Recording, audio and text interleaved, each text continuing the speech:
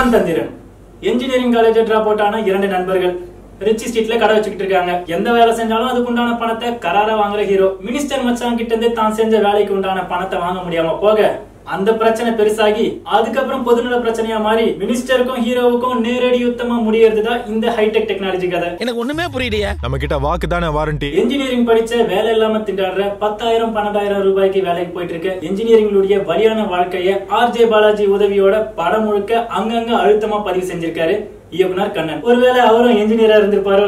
நம்மள மாதிரி ஆளுங்களுக்கு எல்லாம் எதுக்குடா அந்த படிப்பு? அதெல்லாம் பணக்காரனுங்க படிக்க வேண்டியதுடா. படத்துடைய கதாநாயகன் கௌதம் கார்த்திக். நடிப்பு நடனம்னு எல்லாம் நல்லாதான் இருக்குது. ஆனா தமிழ் சினிமாவில டாப் 10 குள்ள வரத்துக்கும் மக்களுடைய மனசுல பதியறதுக்கும் இன்னும் நல்ல படங்களா பண்ணணும் உங்க அப்பா மாதிரி. நல்லவே எண்ண வேண்டும், திண்ணிய நெஞ்சம் வேண்டும். படம் ஃபுல்லா இன்ஜினியர் டெக்னாலஜி வச்சு கதை நவருது. ஆனா அந்த விஷயங்கள் எல்லாம் ரசிகர்களோடு கனெக்ட் ஆகுமான்னு பார்த்தா அது ரொம்ப சந்தேகம் தான். Super Subbarayan, stunt master Silva இது போன்ற ஃபைட் மாஸ்டர்கள் எல்லாம் முழு நேர நடிகர்களா படத்துல பாக்குறதுல சந்தோஷம். வாசல்ல டெல்லி ஃளைட் நிக்குது, போய் வாங்கிக்கோ.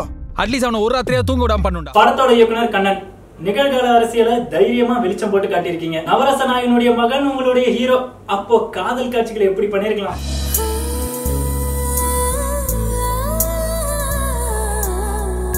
ஆர்ஜே பாலாஜியுடைய டைமிங் ரசிக்க வச்சாலும் படத்துல ரேடியோ ஷோல பேசிக்கிட்டு இருக்க மாதிரி கத்தி கத்தி பேசுறது சில சமயங்கள்ல எரிச்சலதான் உண்டாகுது. மியூசிக் டைரக்டர் தமன் மிதக்க விட்ட பாடல் மூலமா மிதக்க விட்டீங்க. அதே போல இவன் தந்திரன்னு தந்திரமா இசையமைச்சிருக்கீங்க. படத்துடைய கதாநாயகி ஸ்ராதா ஸ்ரீநாத் ஒரு நார்மல் இன்ஜினியரிங் காலேஜ் பண்ண போல வந்தாலும் கடைசியில இன்டர்வியூல தன்னுடைய காதலை பத்தி சொல்றது ஒரு சுவாரஸ்யமான விஷயமா தான் இருக்கு. சினிமாட்டோகிராபி பிரசன்னகுமார். கதையோட தன்மைக்கேற்ப இவருடைய கேமரா டிராவல் ஆகியிருக்கு.